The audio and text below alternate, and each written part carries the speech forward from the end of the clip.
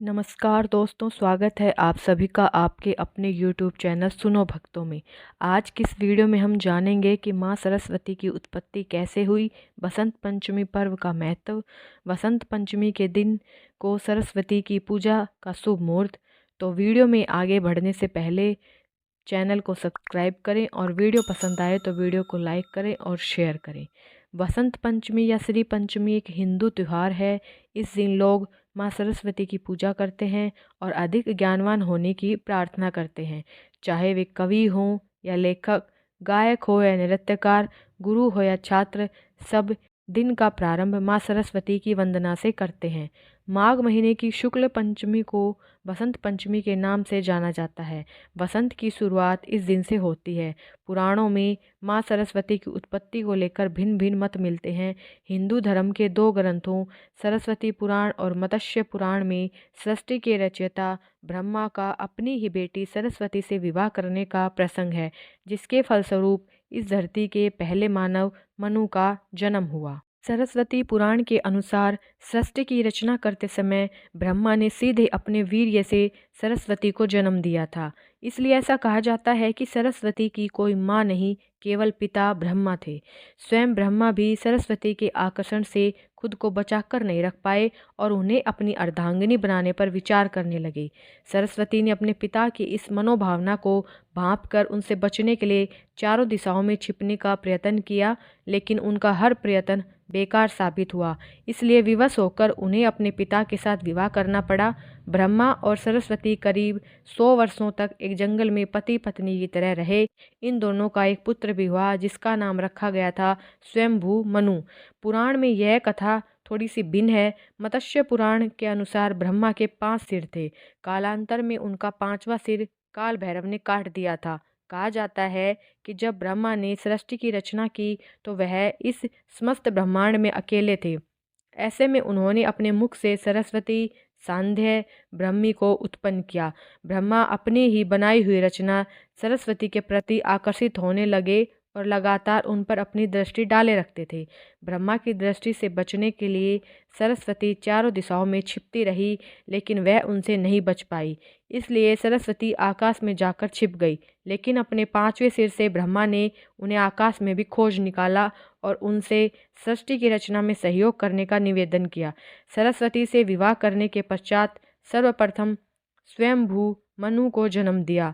ब्रह्मा और सरस्वती की यह संतान मनु को पृथ्वी पर जन्म लेने वाला पहला मानव कहा जाता है।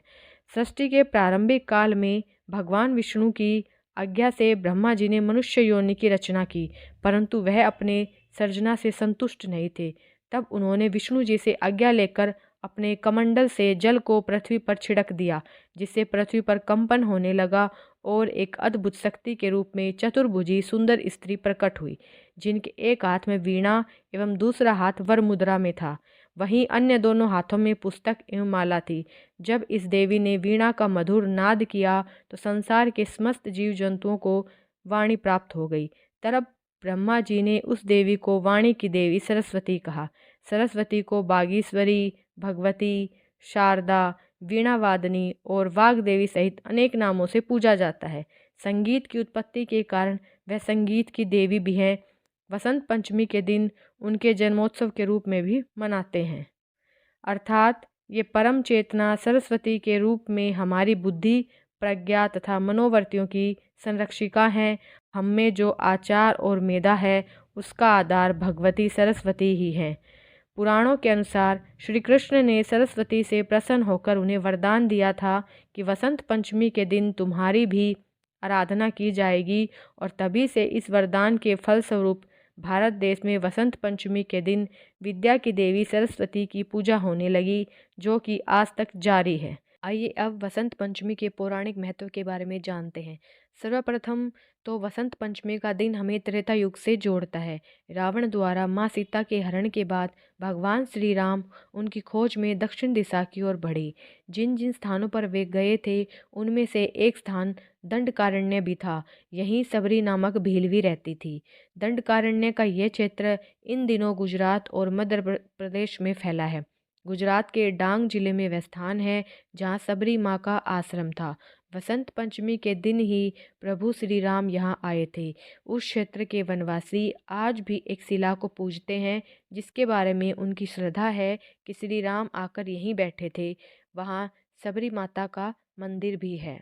अब जानते हैं कि वसंत पंचमी तिथि कब से कब तक है और शुभ मुहूर्त के बारे में। वसंत पंचमी की तिथि पंचांग के अनुसार माघ महीने की शुक्ल पक्ष की पंचमी तिथि की शुरुआत 13 फरवरी को दोपहर 2:41 से होगी। अगले दिन 14 फरवरी को दोपहर 12:09 पर इसका समापन होगा। उदया तिथि 14 जनवरी को समाप्त हो रही है, इसलिए इस साल वसंत पंचमी का पर्व 14 फरवरी को मनाया जाएगा। 14 फरवरी को वसंत पंचमी वाले दिन पूजा का शुभ मुहूर्त सुबह 7:01 से लेकर दोपहर 12:35 तक रहेगा।